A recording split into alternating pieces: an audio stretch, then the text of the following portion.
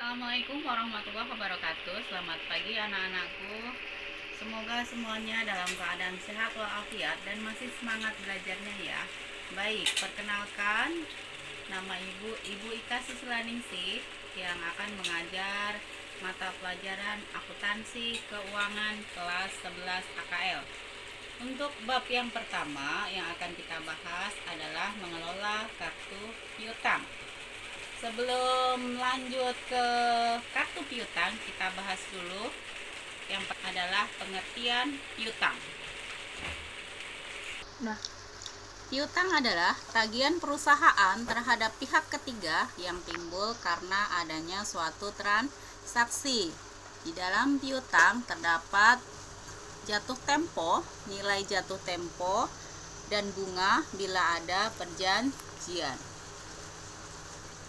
Kemudian jenis-jenis piutang yang pertama adalah piutang dagang, yaitu tagihan perusahaan kepada pelanggan sebagai akibat adanya penjualan barang secara kredit.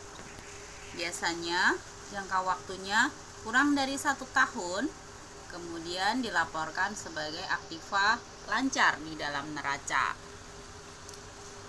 Yang kedua adalah piutang wesel.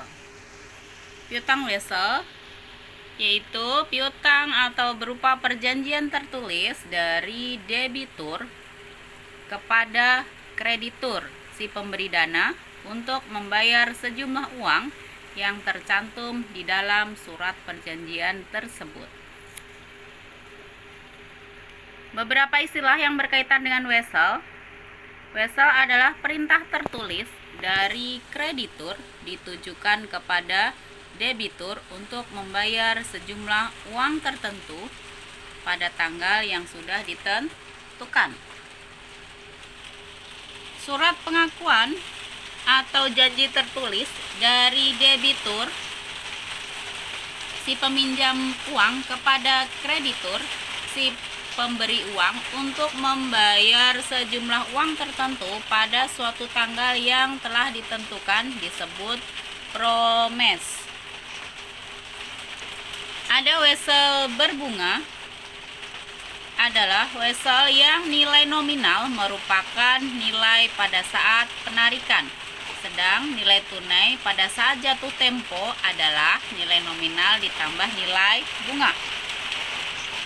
Wesel tidak berbunga itu wesel yang nilai tunai saat jatuh tempo sama dengan nilai nominal, sedang nilai tunai saat diperjualbelikan berkurang sebesar bunga diskonto yang diperjualbelikan.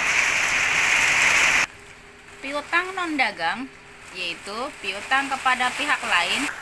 Piutang non-dagang adalah piutang kepada pihak lain yang timbul bukan karena penjualan barang secara kredit.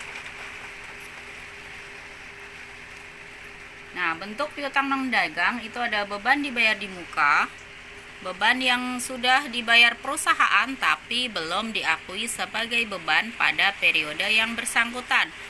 Contohnya adalah sewa dibayar di muka, asuransi dibayar di muka, dan uang muka pegawai. Kemudian pendapatan yang masih harus diterima atau accrual receivable, pendapatan uangnya belum diterima secara tunai tapi sudah diakui sebagai pendapatan. Contohnya piutang jasa, piutang bunga, dan juga piutang sewa. Uang muka pembelian yaitu uang muka atas barang yang dibeli sebagai tanda jadi pembelian, biasanya pembelian pesanan.